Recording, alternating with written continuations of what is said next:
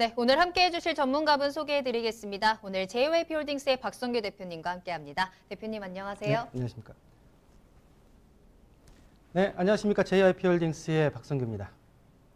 네, 오늘도 박성규 대표님과 함께 다양한 부동산 정보 꽉 차게 준비되어 있으니까요. 끝까지 함께해 주시길 바라겠습니다.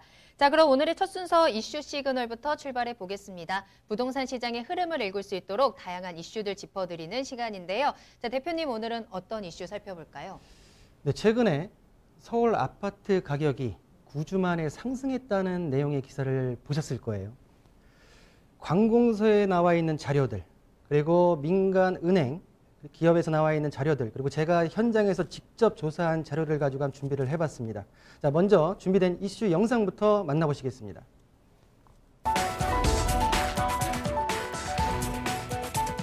코로나19 여파로 인해 지난 3월부터 하락세가 이어졌던 서울 아파트값이 9주 만에 상승 전환되었습니다. 이 같은 소식이 과연 추격 매수세로 이어지는 집값 회복의 신호탄이 될지 귀추가 주목받고 있는데요. 지난달 30일 발표한 부동산 114의 주간 아파트 시장 동향 자료에 따르면 5월 마지막 주 서울 아파트 매매 가격은 0.01% 상승했습니다. 강남구의 하락폭이 전주 대비 줄었고 송파구와 강동구 모두 0.02%씩 상승했습니다. 서초구는 보합을 기록, 도봉구가 서울 안에서 가장 높은 상승률을 보였고 용산, 성북, 중구 등의 아파트 가격도 올랐습니다. 이 같은 서울 아파트값 상승세 전환에 대해 부동산 전문가들은 다주택자 양도소득세 중과 유예 기간인 6월 말을 앞두고 절세 목적의 급매물이 거래되면서 하락세가 멈추고 회복세로 돌아섰다고 해석했습니다. 다만 대다수는 한동안 서울 아파트 가격이 보합세를 기록할 것이라고 전망했는데요. 최근 한국은행이 기준금리를 사상 최저인 0.5%로 추가 인하했지만 정부의 규제가 여전히 강력하고 신종 코로나 확산이 장기화되고 있는 것이 그 이유라는 분석입니다. 오늘 부동산 시그널에서는 9주 만에 상승세로 돌아선 서울 아파트 가격에 대하여 상세히 살펴보겠습니다. 기준금리가 한국은행에서 지난 3월 달에 0.75에서 0.5%로 사상 최저로 내려갔어요. 네. 그러면은 우리가 은행에다가 돈을 넣어놓게 되게 되면 예금, 이자, 그리고 대출 그렇죠. 금리 부분 자체가 낮아지겠죠. 네. 그럼 그 자금을 갖고 은행에만 넣어놓는 사람이 그렇지만 그 자금을 가지고 본인이 투자를 하시거나 아니면 자금 유용성 부분 자체를 활용하신다고 하게 되면 어느 시장으로 그 자금이 갈 가능성이 많을까요? 보통은 부동산 아니면 주식 주식, 하겠죠. 그렇죠. 네. 자, 현 시점에서 서울 아파트가 9주 만에 상승 전환. 자, 물음표를 좀 그려야 되는데요. 네. 자, 이 내용에 있어서 과연 2020년도 하반기에 상승 전환으로 가느냐 라는 부분에 있어서 기준금리 0.5%의 기준금리가 어떤 영향을 미칠까라는 부분 자체. 자, 우리 시청자님들 지금 제가 말씀하시는 부분 자체 갖고 부동산으로 모두 몰리겠구나 라는 결론으로 얘기하겠지라고 하지만 그건 아닙니다. 자, 제가 드리고 싶은 말씀은 뭐냐면 이 지금 금리 인하 부분 자체에 있어서 우리 앵커도 얘기했지만은 주식이나 부동산 시장으로 자금이 유입될 가능성이 많은 거는 사실이고 또한 많은 우리 일반인들이 그렇게 인식을 하고 있습니다. 그렇지만 현재 경기 코로나19 전 세계적인 경기 악화로 인해서 현 정부에서는 어쩔 수 없는 금리 인하 정책을 쓰면서 경기 부양에 대한 총력을 기울이고 있는 형국이라는 시점에서 과연 서울 아파트 값이 9주 만에 상승한 부분 자체 이 시그널이 전반적인 부동산 주택시장에 어떻게 미칠까를 한번 봐야 될 시점이 아닌가라는 부분 자체를 좀 말씀드리고 싶고요. 자, 다른 관점에서 보겠습니다. 제가 이 방송, 특히 알토마토에서 방송 우리 시청자분들을 만난 시점 자체가 2017년도 5월 달에 우리 시청자님들을 뵙고 강의를 해드리고 정보를 드렸는데 현 시점에서 만 3년이 지났습니다. 3년 동안 방송을 하면서 가장 기억에 남는 건 뭐냐면은 정책이 많았어요. 대책이. 네. 그러다 보니까 대책하는 날 생방송이 걸려서 굉장히 부랴부랴 정책 부분 자체를 대책 부분 자체를 제가 소개해드린 적이 굉장히 많은 기억이 나는데 제가 이 말씀을 왜 드리냐면 2017년도 5월달, 6월달 주택시장에 있어서의 2017년 상반기까지는 불경기였습니다. 상반기까지. 그러나 6월달, 7월달 지나면서 아파트 가격, 특히 주택 가격이 상승으로 돌았습니다. 그러면서 2017년도에 나왔던 대책이 파리 대책입니다. 2019년도로 와서 파리 대책의 여파로 인해서 2018년도죠. 18년도 상반기에는 가격이 안정세와 하락세 부분 자체를 겪다가 5월, 6월, 7, 8월 달에 들어서는 다시 상승 곡선으로 가격이 뛰기 시작합니다. 그러면서 2018년도 9.13 대책이라는 부동산 대책이 나오기 시작하죠. 자, 2018년도 9.13 대책 이후에 2019년도 5월달, 4, 5월달까지 2019년도 4에서 5월달까지 주춤하던 주택시장 부분 자체가 다시 한번 출렁이기 시작합니다. 그 시점 자체가 또 6월 이후부터 8월까지. 그러다 보니까 2019년도에 연말에 12, 16 대책이 발표가 돼서 규제정책으로 일관성 있게 진행이 되는데요.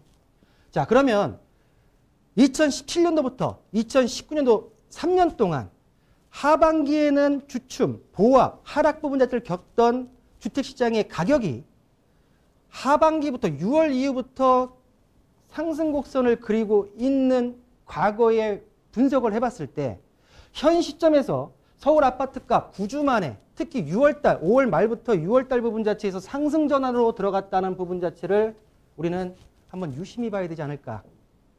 똑같은 환경은 아니지만 그 환경 속에서 아까 우리 앵커의 초반 오프닝 멘트처럼 주택에 가지고 있는 내 집 마련에 대한 우리 시청자분들의 어떤 열정과 소망 부분 자체가 과연 정책적인 부분 자체로 누를 수 있는 건지에 대한 부분 자체를 물음표를 좀 그려봐야 될 것 같고요.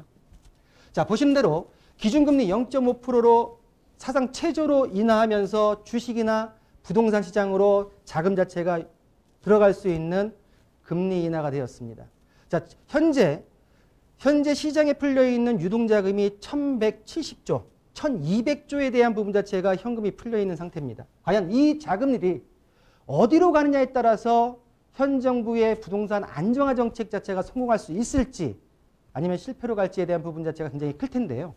제가 보는 견지에서는 주식시장 부분 자체는 번외로 두고 부동산에 있어서 현재 정책적인 부분 자체로 봤을 때는 금리 인하로 인한 유동자금 부분 자체, 현재 촘촘하게 매겨져 있는 대출 규제 15억에서 19억까지 그리고 9억 이하 부분 자체에 매겨져 있는 대출 규제의 분으로 인해서 현재 지금 금리 인하 부분 자체가 자금 자체가 주식 부동산 시장으로 현격하게 돌았을지에 대한 부분 자체는 제가 볼 때는 약하지 않을까라는 부분인데요. 그러나 뒤에서도 내용을 보시겠지만 9주 만에 상승 전환으로 됐다는 부분 자체, 현 정권에서의 정책적인 모드 자체가 뭐였냐면 일단은 상위 20% 내의 다주택자 그리고 15억 이하의 고가주택 부분 자체에서 대출을 규제시키고 억제를 시켜놓고 투기 수요 부분 자체를 억제를 시키면 자연스럽게 9억에서 15억 사이 그리고 9억 이하의 집값이 하향 평준화 그리고 집값에 있어서 원상 회복이 되기를 갈망을 하고 정책 부분 자체가 발표가 됐다고 보여집니다. 그러나 현 시점에서 봤을 때 모든 정책들 최근에 억제 정책에서 다시 공급 정책으로 좀 전환되면서 신도시에 대한 청약, 대기 수요 또한 대출 규제로 인한 내 집 마련하는 부분 자체가 힘들다 보니까 전세 수용, 또한 지금 현재의 경기 코로나19의 경기 악화로 인해서 집값이 더 하락할 거라고 생각하고 있는 대기 수요들이 어떤 현상을 만들고 있냐면 현재 5대 은행, 시중 5대 은행의 전세자금 대출의 추이를 보시면 올해 들어서 3월 달까지 약 매달 2조 원씩의 전세자금 대출의 잔액 부분 자체가 증가하고 있는 모양새를 보이고 있습니다. 여기다가 현재 입주 물량, 예전에 헬리오시티 등 여러 신규 단지들에 있어서의 입주 물량이 끝나고 최근에 남아있는 서울 외곽 지역 그리고 외곽 신도시 지역의 입주 물량들이 남아있긴 하지만 그 물량들이 끝나면서 전세금에 대한 부분 자체, 보증금에 대한 부분 자체가 현격하게 지금 올라가고 있는 부분 자체. 이 부분은 어디로 생각하시면 되냐면 2000년도 초반 참여정부 때 2004년에서 2006년도 때 이때 역전세들이 난 상태에서 입주 물량이 줄면서 다시 전세가가 상승하는 부분 자체로 굉장히 돌아섰던 부분 자체를 한번 보셔야 된다는 생각이 들고요. 제가 보는 견지에서는 현재 지금 현 정부에서 추진하고 있는 세입자 보호 3법에 대한 부분 자체가 조속히 실행이 돼야 되지 않을까. 처음에는 세입자에게 그 부분에 있어서 전가가 되겠지만 심리적인 안정감을 주기 위해서는 세입자 보호 3법에 대한 부분 자체가 빨리 통과가 돼야지 전세자금 부분 자체에 있어서 안정화를 도모할 수 있지 않을까라는 부분 자체를 좀 말씀 좀 드리겠고요. 자, 모든 언론에서 보시게 되게 되면 올해 들어서 1월 달부터 5월 달까지 봤을 때 매매 물량이 굉장히 줄었다라고 합니다. 줄긴 줄었습니다. 초반에 1월 달, 2020년도 1월 달 같은 경우에 9천여 건의 서울권 아파트의 거래량에서 지금 4, 5월 달 같은 경우에는 2천여 건으로 줄었죠. 줄었습니다. 올해는 분명히 줄었습니다. 그러나 이걸 어떻게 다시 봐야 되냐면 2019년도 1월 달부터 5월 달까지의 거래량, 2018년도에 9.13 대책 이후에 가격이 하락세, 보합세로 전환되는 부분 자체에 있어서 거래량을 보게 되면 같은 시점 2019년도 5월 달, 1월 달부터 5월 달까지의 거래량은 서울 전체가 12,000건. 그러나 올해 20년도 1월 달부터 5월 달까지, 5월 27일까지의 기준으로 봤을 때는 23,000건. 거의 2배 이상의 거래량 부분 자체가 작년도 대비해서 늘어난 부분 자체를 알 수가 있습니다. 자, 매물 잠김 현상에 의해서 정부 차원에서 12.16 대책에 의해서 중과세 배제 그리고 장특공에 대한 적용 부분 자체를 했기 때문에 매매 부분 자체도 있겠지만 거래량 부분 자체가 이런 게 있겠지만 실질적으로 9.13 대책 이후에 거래량보다는 현격하게 지금 20년도 초반에 일어난 부분 자체가 많다는 부분 자체를 한번 말씀을 좀 드리겠고요. 자, 초반에 말씀드렸듯이 관공서의 지표입니다. 자, 보시는 대로 한국감정원에서는 서울의 가격지수 변동률 부분 자체가 마이너스 0.02%로 표시를 했습니다. 5월 말입니다. 자, 마이너스지만 결론적으로 하락폭 자체는 줄었습니다. 자, 그러면 시중은행, KB 국민은행 같은 경우에 보시는 대로 2주 연속 분석한 결과 매주 매매는 2주 연속 서울권 같은 경우 상승한다는 부분 자체를 얘기를 하고 있습니다. 서울권 같은 경우 0.05% 상승했고요. 강북 14개구 같은 경우는 0.08%, 강남 같은 경우에도 0.02%가 올랐지만 자, 보시는 대로 서울권에 있어서 9억 이하 그리고 강북 지역의 가격 상승률 부분 자체가 미비하지만 높았다라고 말씀 좀 드리겠고요. 15억 이상에 있는 송파구, 강남구, 서초구 등등의 아파트 가격 같은 경우에는 평균적으로 마이너스 0.5% 정도가 1월달 대비해서 하락한 부분 자체를 보이고 있다라고 말씀 좀 드리겠습니다. 자, 관공서 그리고 KB국민은행 그리고 민간기업인 부동산 114의 발표인데요. 자, 보시는 대로 9주 만에 서울권 아파트 가격이 상승 전환했다라는 부분 자체를 얘기를 하고 있는데요. 자, 현장 부분 자체를 말씀드리겠습니다. 현장에 조사한 결과, 자, 보시는 대로 2017년도에는 서울권의 아파트 가격이 6억 이하의 아파트 가격 부분 자체가 57%나 됐습니다. 그러나 2020년도 5월 달, 지금 지난달 같은 경우에 6억 이하의 아파트 비율이 현격하게 30%대로 줄어든 모양새를 보이고 있습니다. 자, 노원구의 주공아파트 46제곱미터 같은 경우는 2, 3월 달에 했던 4억 6,900의 아파트가 현재 지금 4, 5월 달에는 5억 부분 자체로 가격이 올라 있고요. 자, 강남 S아파트 같은 경우에도 4억 9천에서 5억 5천, 그리고 관악구 휴먼시 아파트 같은 경우는 5억 5천에서 6억 2천, 구로구 벽산 블루밍 같은 경우에도 7억 5천에서 7억 8천까지 올라 있는 9억대, 6억대 이하의 아파트 부분 자체가 가격이 상승 부분 자체로 올라서 있는 부분 자체를 보이고 있다라고 말씀 좀 드리겠고요. 자, 마지막입니다. 제가 여러분들한테 말씀드리고 싶은 건 뭐냐면, 실질적으로 1분위부터 5분위까지 보시는 대로 가격대가 지금 5분위 같은 경우에는 15억 이상의 아파트들이 출비한 아파트입니다. 자, 보시는 대로 이 아파트 같은 경우에는 마이너스 0.5%가 하락했습니다. 그러면 강남권에 있어서의 어떤 아파트 가격, 주택 가격의 상승 부분 자체를 주도했던 게 이 아파트라고 할 수가 있는데, 억제 정책으로 인해, 대출 억제 정책으로 인해서 마이너스가 떨어졌어요. 그럼 이 밑에 있는 9억 밑에 있는 12억, 15억과 9억 사이, 그리고 9억 밑에 있는 아파트 부분 자체도 같이 하향세를 겪어야 되는데, 결론적으로 위에 있는 15억 이상의 고가 아파트 부분 자체는 하향이 되고요. 3억부터 지금 15억 이내에 있는 아파트들 같은 경우에는 상향이 됩니다.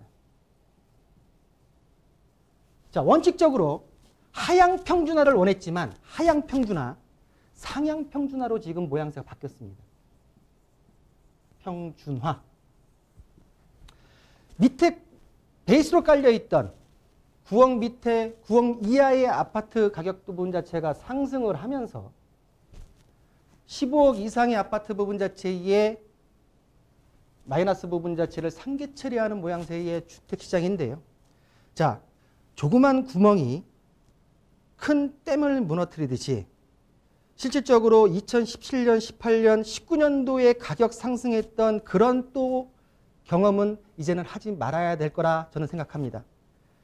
많은 우리 시청자분들, 또 서민분들, 내 집 마련을 위한 부분 자체에 있어서 예전에는 불과 3년 전만 하더라도 6억대 이하 아파트 자체의 반 이상 부분 자체를 내가 접근할 수 있었지만, 이제는 30%밖에 안 되기 때문에 내가 접근할 수 있는 벽 자체가 굉장히 높아졌다라는 부분 자체. 그렇다고 하게 되면 구간적인 부분 자체에 있어서, 현 정부 자체에 있어서는 세입자 부분 자체와 9억 이하의 아파트 부분 자체의 매수를 원하는 내 집 마련의 서민들 부분 자체의 보호정책, 그리고 우리 시청자분들 같은 경우에는 금액대별 내 집 마련의 전략 부분 자체를 다시 한번 고려해서 계획을 잡아볼 시점이 아닌가라는 부분으로 정리해드리겠습니다.